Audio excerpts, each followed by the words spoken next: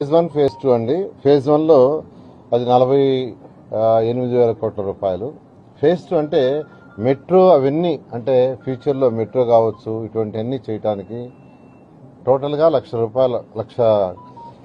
కోట్లని actual గా estimation వేసాం. Phase 1 phase 2 phase 3 మనం ఫస్ట్ ఫేజ్ 1 చేస్తే సిటీ మొత్తం అయిపోతుంది.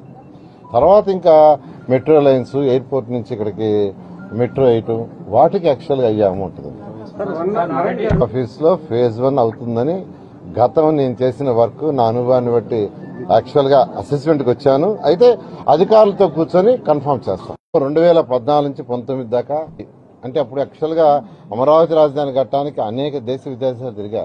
China, Japan, Russia, Singapore, Malaysia, Ashgabat, Asthana అనేక దేశ విదేశాలు తిరిగి యాక్చువల్ గా దీన్ని డిజైన్ చేయడం జరిగింది.